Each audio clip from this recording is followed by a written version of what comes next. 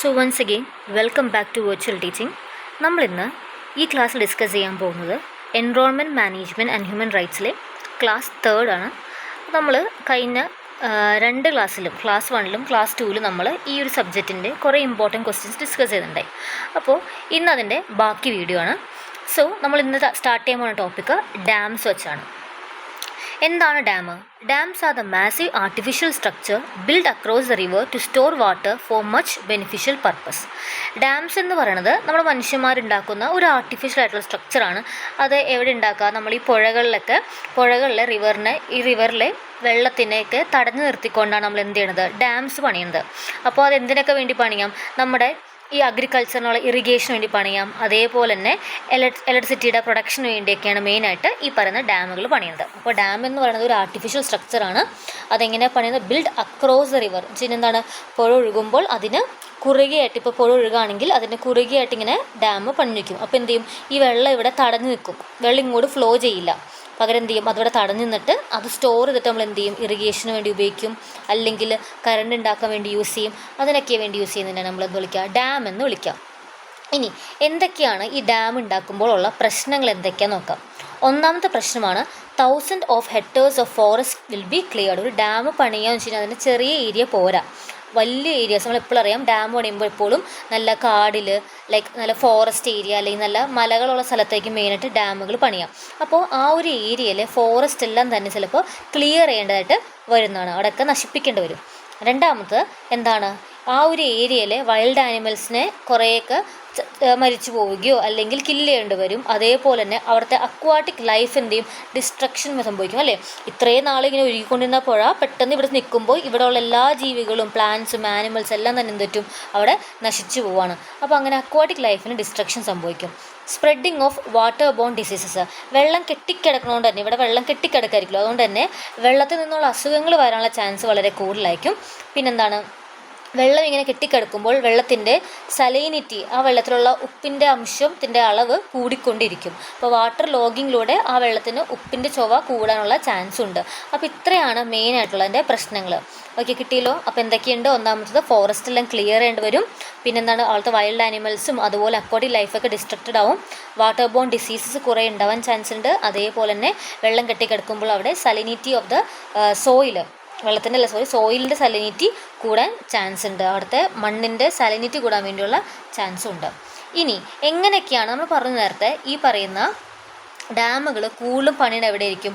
ഫോറസ്റ്റിലായിരിക്കും എന്ന് പറഞ്ഞു. അതുകൊണ്ട് തന്നെ ഇത് ഏറ്റവും കൂടുതൽ അഫക്റ്റ് ചെയ്യാൻ പോകുന്ന മനുഷ്യരായിരിക്കും? ട്രൈബൽ പീപ്പിൾസിനെയായിരിക്കും ഏറ്റവും കൂടുതൽ അഫക്റ്റ് ചെയ്യാൻ വേണ്ടി പോകുന്നത്. അപ്പോൾ എങ്ങനെയാണ് അവർക്ക് ഇത് ബാധകമാവുക? ഒന്നാമതാണ്, ഈ ഡാമുകൾ പണിയുമ്പോൾ ഉറപ്പായിട്ടും അവിടെ താമസിക്കുന്ന, ഫോറസ്റ്റ് താമസിച്ചുകൊണ്ടിരുന്ന ട്രൈബൽസിനെ ആ ഒരു ഏരിയയിൽ നിന്ന് മാറ്റും. കാരണം അവർ ഡിപ്പെൻഡ് ചെയ്തിരുന്ന ഫോറസ്റ്റ് ക്ലിയർ ചെയ്ത് പോയി, പിന്നെ അവർക്ക് അവിടെ താമസിക്കാൻ പറ്റില്ല. അപ്പോൾ അവരെന്ത് ചെയ്യും? അവിടെ നിന്ന് ഡിസ്പ്ലേസ് ചെയ്യേണ്ടി വരും, അവിടെ നിന്ന് മാറി താമസിക്കേണ്ടി വരും. അത് അവൾക്ക് വലിയൊരു പ്രശ്നമാണ്. നമ്മൾ ഇത്ര നാൾ കംഫർട്ടായിട്ട് താമസം നമ്മുടെ ഹാബിറ്റാറ്റിൽ നിന്ന് നമ്മൾ മാറാൻ പറഞ്ഞാൽ നമുക്ക് വളരെ ബുദ്ധിമുട്ടായിരിക്കും.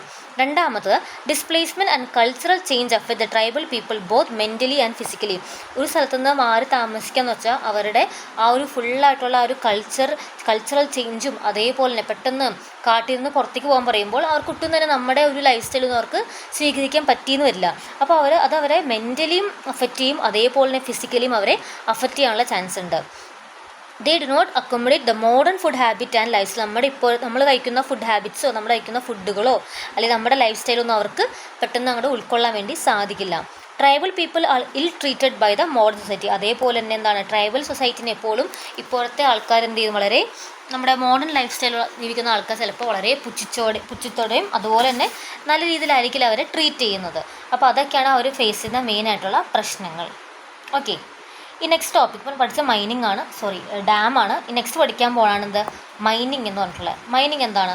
The process of extracting mineral resources and fossil fuels like coal from the earth is called mining. അപ്പോൾ എന്താണ്? നമ്മുടെ ഭൂമിയുടെ അടിയിൽ നിന്ന് ഈ പറയുന്ന മിനറൽ റിസോഴ്സുകളും ഫോസിൽ ഫ്യൂവൽസ് ആയിട്ടുള്ള കോള് പെട്രോളിയം സാധനങ്ങളൊക്കെ മൈൻ ചെയ്തെടുക്കുന്നതിന് വിളിക്കുന്ന, അല്ലെങ്കിൽ നമ്മൾ എക്സ്ട്രാക്ട് ചെയ്തെടുക്കുന്ന വിളിക്കുന്ന പേരാണ് മൈനിങ് എന്ന് പറഞ്ഞിട്ടുള്ളത്. ഈ മൈനിങ് 2 ടൈപ്പ് ഉണ്ട്. സർഫേസ് മൈനിങ് ഉണ്ട്, അതേപോലെ തന്നെ അണ്ടർഗ്രൗണ്ട് മൈനിങ് ഉണ്ട്. അപ്പോൾ മൈനിങ് എത്ര ടൈപ്പ് ഉണ്ട്? മൈനിങ് എന്ന് പറയുന്നത് സർഫേസ് മൈനിങ് ഉണ്ട്, അതുപോലെ തന്നെ അണ്ടർഗ്രൗണ്ട് മൈനിങ് ഉണ്ട്. എന്താണ് surface mining? Mining of mineral from the shallow deposit.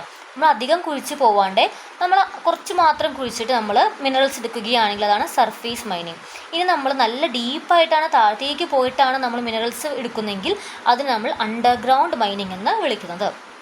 ഇനി മൈനിങ് ചെയ്യുമ്പോൾ ഉള്ള മെയിൻ പ്രശ്നങ്ങൾ എന്തൊക്കെയാണ്? ഒന്നാമത്തത്, മൈനിങ് ചെയ്ത് കഴിയുമ്പോൾ ആ ഒരു ഏരിയയിലുള്ള സോയിൽ പൊല്യൂട്ട് ഉണ്ടാവും അല്ലേ, സോയിലിൽ മാലിന്യങ്ങൾ വരും. അതുപോലെ തന്നെ അവിടുത്തെ വെള്ളം, എയർ എല്ലാം തന്നെ വളരെയധികം പൊല്യൂട്ടഡ് ആയിരിക്കും. പിന്നെന്താണ്, ഇതുപോലെ നേരത്തെ നമ്മൾ ഡാം പണിഞ്ഞപ്പോൾ അവിടെയുള്ള ആനിമൽസിനും പ്ലാന്റ്സിനും ഹ്യൂമൻ ബീങ്സിനൊക്കെ പ്രശ്നം വന്ന പോലെ തന്നെ മൈനിങ് ചെയ്യുമ്പോഴും അവിടെ അടുത്തുള്ള ആൾക്കാർക്കൊക്കെ വളരെയധികം ബുദ്ധിമുട്ടുണ്ടാവും. അവിടുത്തെ നാച്ചുറൽ ഹാബിറ്റാറ്റ് അവിടെ ഇല്ലാണ്ടാവണം. നമ്മൾ നല്ല രീതിയിലുള്ള ഒരു മല ചിലപ്പോൾ ഇടിച്ച് നിർത്തിയിട്ടായിരിക്കാം അവിടെ നമ്മൾ എന്ത് ചെയ്യണത്, ഈ പറഞ്ഞ മൈനിങ് ചെയ്യുന്നത്. അപ്പോൾ അവിടെയുള്ള ഹാബിറ്റാറ്റിനെ വളരെയധികം ബാധിക്കുന്നുണ്ടാവും. Okay. Continuous removal of mineral lead to the formation of a trench where water is locked which contaminates the groundwater. ഇങ്ങനെ കണ്ടിന്യൂസ് ആയിട്ട് മിനറൽസ് ഇങ്ങനെ എടുത്തുകൊണ്ടിരിക്കുമ്പോൾ അവിടെ എന്തുണ്ടാവും, ഇങ്ങനെ ട്രെഞ്ചസ് പോലെ ഇങ്ങനെ വാട്ടർ ഇങ്ങനെ ലോഗ് ചെയ്തെടുക്കും. നമ്മൾ കാണാറുണ്ട്, നമ്മൾ ഈ കല്ലിൻ്റെ ഒക്കെ എന്താ പറയുക, കരിങ്കല്ലൊക്കെ എടുക്കുന്ന സ്ഥലത്തൊക്കെ നല്ല നല്ല വെള്ളം ഇങ്ങനെ കെട്ടിക്കിടക്കാൻ കാണാറില്ലേ, നല്ല താഴ്ചയുള്ള വെള്ളം കാണാറില്ലേ. അപ്പോൾ അതുപോലെ ട്രെഞ്ചസ് ഫോം ചെയ്തിട്ട് അവിടെ വെള്ളം ഇങ്ങനെ കെട്ടിക്കിടക്കാനുള്ള ചാൻസ് ഉണ്ട്. അങ്ങനെ കെട്ടിക്കിടക്കുകയാണെങ്കിൽ ഗ്രൗണ്ട് വാട്ടറിൽ അത് കണ്ടാമിനേഷൻ വരാൻ, ഗ്രൗണ്ട് വാട്ടർ കേടാവാനുള്ള ചാൻസ് വളരെയധികം കൂടുതലാണ്. അപ്പോൾ ഇതൊക്കെയാണ് മൈനിങ്ങിൻ്റെ എഫക്ട്സ്. ഇനിയുണ്ട് പോയിൻറ്റ്സ്. അടുത്തെന്താണ്, വൈബ്രേഷൻ കോസ് എർത്ത് ക്യൂക്ക്. ഇങ്ങനെ കണ്ടിന്യൂസ് ആയിട്ട് മൈനിങ് ചെയ്യുമ്പോൾ എന്തുപറ്റും, ഈ ഒരു വൈബ്രേഷൻ എർത്ത് ക്യൂക്കിന് കാരണമാവും. മിക്ക ലാൻഡ് സ്ലൈഡ്, മിക്ക ഉരുൾപൊട്ടലിലും പറയാറുണ്ട് തൊട്ടടുത്ത് മൈനിങ് നടന്നിട്ടോ അവിടെ മൈനിങ് ഗവൺമെൻറ് പറഞ്ഞിട്ട് നിർത്താണ്ട് മൈനിങ് ചെയ്തിട്ടൊക്കെയാണെന്നൊക്കെ പറയാറുണ്ട്. അപ്പോൾ എന്താണ്, കണ്ടിന്യൂസ് ആയിട്ട് എർത്ത് ക്യൂക്ക് ഉണ്ടാവും. കണ്ടിന്യൂസ് ആയിട്ട് വൈബ്രേഷൻ ഉണ്ടാകുമ്പോൾ അവിടെ എർത്ത് ക്യൂക്ക് ഉണ്ടാകാനുള്ള ചാൻസ് വളരെ കൂടുതലാണ്. Produce noise pollutions. എന്താണ്, നിറയെ രീതിയിലുള്ള നോയ്സ് പൊല്യൂഷൻസ്. നമുക്കറിയാം മൈനിങ് എന്ന് പറയുമ്പോൾ വളരെ ഒച്ചപ്പാടും ബഹളും കാര്യങ്ങളൊക്കെ ആയിരിക്കും അല്ലേ. നോയ്സ് പൊല്യൂഷൻസ് കുറേ ഉണ്ടാവും. പിന്നെ ഫോറസ്റ്റ് ഷേപ്പും സൈസൊക്കെ റെഡ്യൂസ് ചെയ്യും. പിന്നെ എന്താണ്, ലാൻഡ് സ്ലൈഡ്സ്. നേരത്തെ പറഞ്ഞ പോയിന്റ് തന്നെ എന്താണ്, ലാൻഡ് സ്ലൈഡ്സ് ഉരുൾപൊട്ടൽ വരാനുള്ള ചാൻസ് വളരെ കൂടുതലാണ്. മണ്ണൊലിപ്പൊക്കെ ഉണ്ടാകാൻ ചാൻസ് വളരെ കൂടുതലാണ്. പിന്നെ നമ്മുടെ നാടിൻ്റെ ഒരു എസ്തെറ്റിക്, ഒരു ബ്യൂട്ടി നഷ്ടപ്പെടാനുള്ള ചാൻസും നമുക്ക് കൂടുതലാണ്. അപ്പോൾ ഇതൊക്കെയാണ് മൈനിങ്ങിൻ്റെ മെയിനായിട്ടുള്ള പ്രശ്നങ്ങൾ. നെക്സ്റ്റ് ആണിനി വാട്ടർ റിസോഴ്സസ്.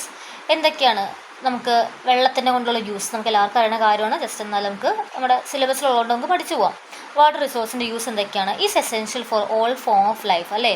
എല്ലാ ജീവികൾക്കും, എല്ലാ ലിവിങ് ഓർഗാനിസിനും എന്ത് വേണം, വെള്ളം അത്യാവശ്യമാണ്. Many uses of water include. എന്തിനൊക്കെ വെള്ളം ഉപയോഗിക്കാറുണ്ട്? നമ്മൾ അഗ്രികൾച്ചറിന് ഉപയോഗിക്കാറുണ്ട്, നമ്മുടെ ഇൻഡസ്ട്രീസിന് ഉപയോഗിക്കാറുണ്ട്, നമ്മൾ വീട്ടാവശ്യങ്ങൾക്ക് ഉപയോഗിക്കാറുണ്ട്, അല്ലെങ്കിൽ റീക്രിയേഷണൽ എൻവയോൺമെൻറ്റ് ആക്ടിവിറ്റീസിന് വേണ്ടി ഉപയോഗിക്കാറുണ്ട്, നമ്മൾ കുടിക്കാൻ വേണ്ടി, നമ്മുടെ ലൈഫ് നിലനിന്ന് പോകാൻ വേണ്ടി നമ്മൾ ഉപയോഗിക്കാറുണ്ട്. അങ്ങനെ വെള്ളം പല യൂസ് നമ്മൾ യൂസ് ചെയ്യാറുണ്ട്. Virtually all of these human use required fresh water.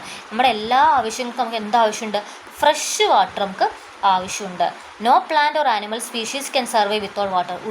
ഒരു ആനിമലിനോ ഒരു പ്ലാന്റിനോ വെള്ളമില്ലാണ്ട് ജീവിക്കാൻ വേണ്ടി സാധിക്കില്ല. If water in our body drop by 1%, 1% നമ്മുടെ ബോഡിയിൽ വെള്ളം കുറയുകയാണ്, നമുക്ക് ഫീൽ ചെയ്യും, നമുക്ക് ദാഹിക്കും.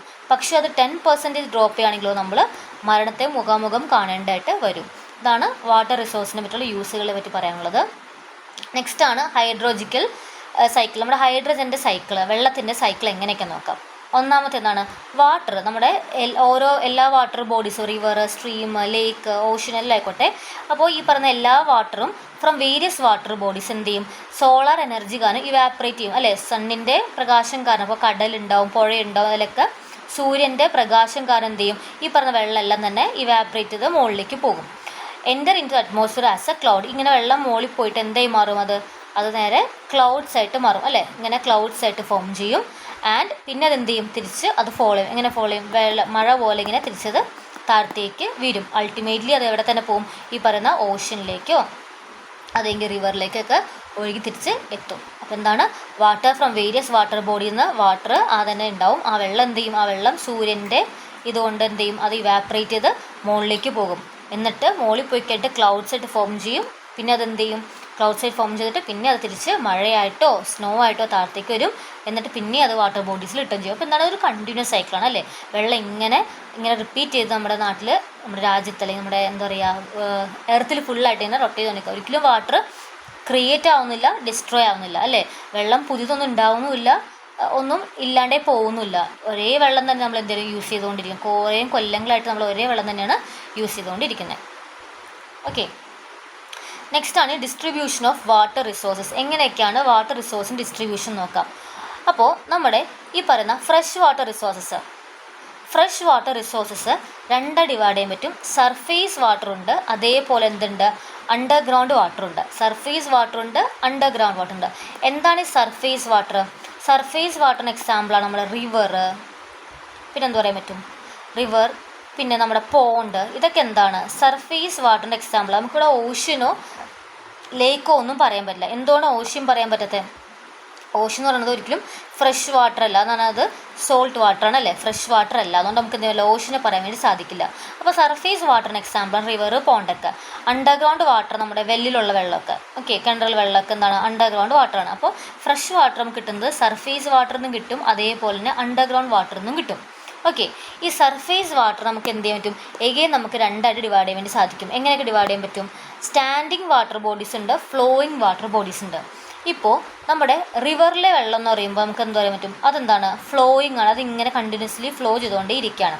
ഓക്കെ, അപ്പോൾ ഇതൊക്കെ എന്താണ്, റിവറാണ് അല്ലേ, ഇങ്ങനെ ഫ്ലോ ചെയ്തുകൊണ്ടേ ഇരിക്കുകയാണ്. പക്ഷേ സ്റ്റാൻഡിങ് വാട്ടർ ബോഡി എക്സാമ്പിൾ എന്താണ്, നമ്മുടെ പോണ്ടിലെ വെള്ളം, അതിങ്ങനെ ഒഴുകിക്കൊണ്ടിരിക്കില്ലല്ലോ, അത് ആ ഒരു എന്താ പറയുക, ആ ഏരിയ തന്നെ അതെന്താ അവിടെ കിടക്കുകയാണ് അല്ലേ, അതാണെന്ത് സ്റ്റാൻഡിങ് വാട്ടർ ബോഡീസ് എന്ന് പറഞ്ഞിട്ടുള്ളത്. അപ്പോൾ സർഫേസ് വാട്ടർ രണ്ട് ടൈപ്പ് ഉണ്ട്, സ്റ്റാൻഡിങ് വാട്ടർ ബോഡീസ് ഉണ്ട്, ഫ്ലോയിങ് ഉണ്ട്. കിട്ടിയല്ലോ, അതാണ് distribution of water resources. Next underground water. അപ്പോൾ അണ്ടർഗ്രൗണ്ട് വാട്ടർ നേരത്തെ പറഞ്ഞതാണ് നമ്മുടെ ഏറ്റവും ഫ്രഷ് ആയിട്ടുള്ള വെള്ളമാണ് അണ്ടർഗ്രൗണ്ട് വാട്ടർ. നമുക്ക് ഡ്രിങ്ക് ചെയ്യാനൊക്കെ നമ്മൾ യൂസ് ചെയ്യുന്ന വെള്ളമാണ് അണ്ടർഗ്രൗണ്ട് വാട്ടർ. അപ്പോൾ ഈ പറയുന്ന വെള്ളം അണ്ടർഗ്രൗണ്ട് വാട്ടർ കുറഞ്ഞു കഴിഞ്ഞാൽ നമുക്ക് വളരെയധികം അത് ബാഡായിട്ട് അഫക്റ്റ് ചെയ്യും അല്ലേ. അപ്പോൾ ഈ ഡിഗ്രീസ് ഓഫ് ഗ്രൗണ്ട് വാട്ടർ വരാനുള്ള കാരണങ്ങൾ എന്തൊക്കെയാണ് ഗ്രൗണ്ട് വാട്ടർ കുറയുന്നത്? Increased usage lead to the decrease of the ground water എന്നാണ്. വളരെയധികം നമ്മൾ കൂടുതൽ യൂസ് ചെയ്ത് കഴിഞ്ഞാൽ ഗ്രൗണ്ട് വാട്ടർ കുറയാം. പിന്നെ പ്രോപ്പർ റെയിൻഫോൾ ഇല്ലെങ്കിൽ, കൃത്യമായിട്ട് നമുക്ക് മഴ കിട്ടുന്നില്ലെങ്കിലും അവിടെ നമുക്ക് എന്ത് സംഭവിക്കാം, ഗ്രൗണ്ട് വാട്ടറിൽ കുറവുണ്ടാവാം. Building construction activity sealing the permeability of the soil. നമ്മളിങ്ങനെ ഇപ്പോൾ വീടിൻ്റെ ചുറ്റും നമ്മളിപ്പോൾ സിമെൻറ്റ് തറ വെച്ചിട്ടൊക്കെ ഉണ്ടാക്കുകയാണെങ്കിൽ, ഫുള്ള് ടൈലൊക്കെ ഇട്ട് വയ്ക്കുകയാണെങ്കിൽ എന്ത് ചെയ്യില്ല, ഈ പറഞ്ഞ മഴവെള്ളം ഒന്നും തന്നെ മണ്ണിലേക്ക് ഇങ്ങനെ ഇറങ്ങി ചെല്ലില്ല. അങ്ങനെ ഇറങ്ങി ചെന്നില്ലെങ്കിൽ താഴത്തേക്ക് എന്ത് ചെയ്യില്ല, വെള്ളം എത്തില്ല, ഗ്രൗണ്ട് വാട്ടർ ഉണ്ടാവില്ല. അപ്പോൾ നമ്മുടെ ബിൽഡിംഗ് കൺസ്ട്രക്ഷൻസ് കാരണം ചിലപ്പോൾ വെള്ളം കിട്ടാണ്ട് എന്ത് ചെയ്യും, അണ്ടർഗ്രൗണ്ട് വാട്ടറിൽ കുറയാൻ ചാൻസ് ഉണ്ട്. പിന്നെ over utilization of ground water in arid and semi arid region for agriculture disturb the state of equilibrium of the hydrological cycle അല്ലേ.